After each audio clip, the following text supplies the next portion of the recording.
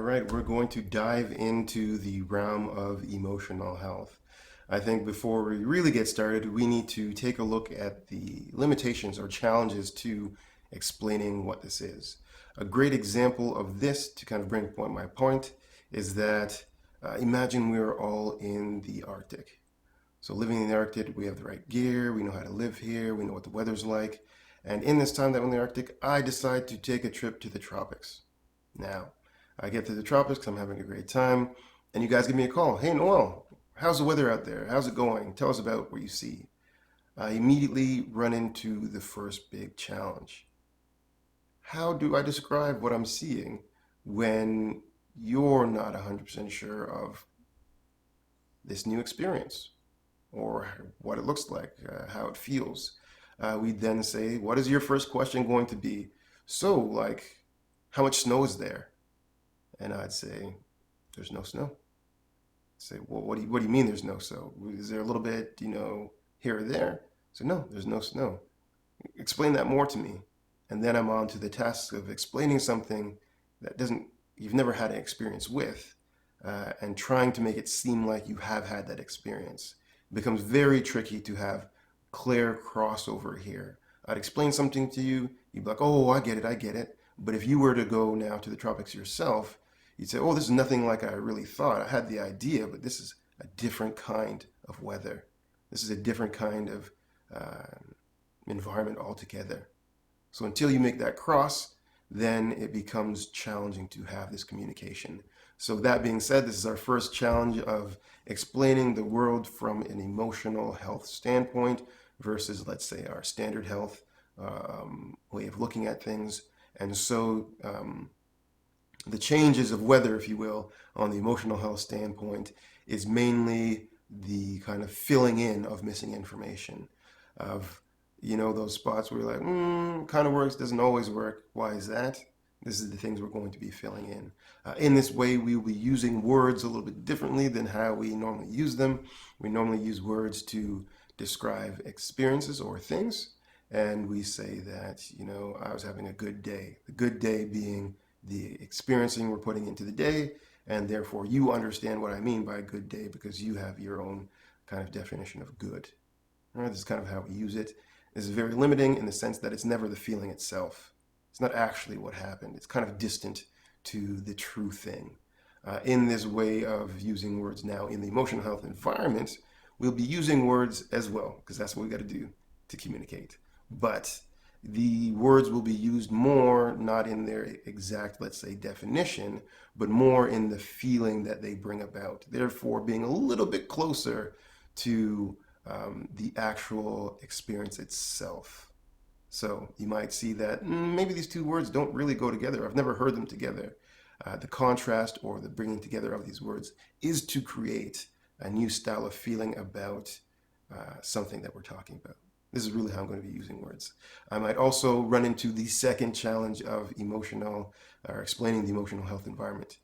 This is that we cannot give you the full answer in the sense of you asking why, how, where, and that kind of thing, because when you ask these questions, they are asked from the environment of the Arctic. It doesn't quite translate over. So I'd give you what you would hear as the actual answer, and it would be just a made-up thing that doesn't really exist on this side of things, right? To stop that from happening, the only thing that I've come up with to be the greatest style of solution is to leave gaps in information purposely so that you go and find your own experience to connect these things.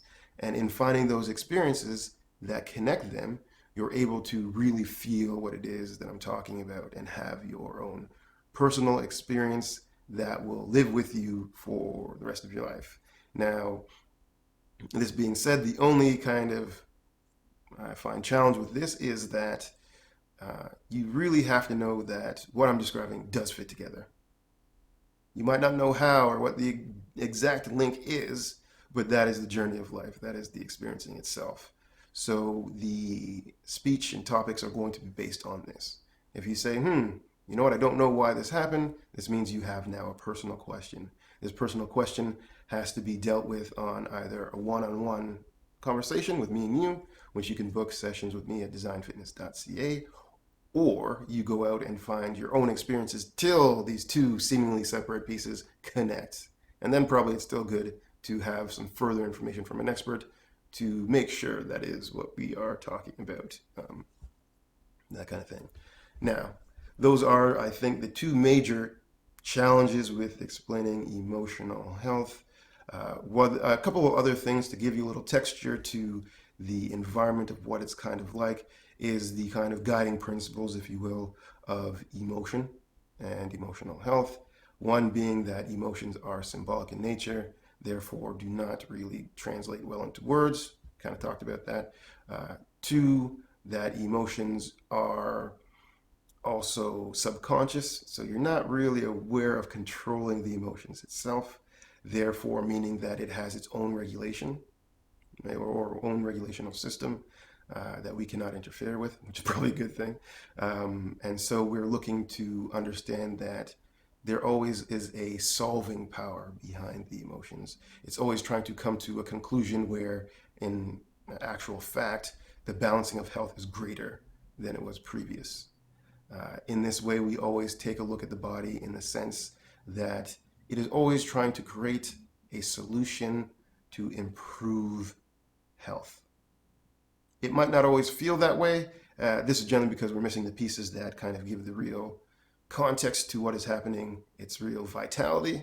But nevertheless, this is something that we kind of hold to be true while navigating the world of emotional health. Now, generally, we'll be talking about how does this get interfered with and therefore lead to situations where we have the taking away of health as a result, where we are really saying that it should be the opposite. The fact that we can make our own decisions and do our own things creates this unique ability of being human, but also the unique ability of learning life the hard way. Learning how to live life, or learning how to live healthy in the hard way. We want to limit the amount of that if possible and learn from kind of lighter experiences, which would be great. If not, life is the ultimate teacher and you will run into that challenge until you overcome it, more or less. All right. These are the pieces to the context, the kind of texture to the emotional health system. These things will be kind of our go-to guides whenever we reach a tricky situation, we try to navigate it.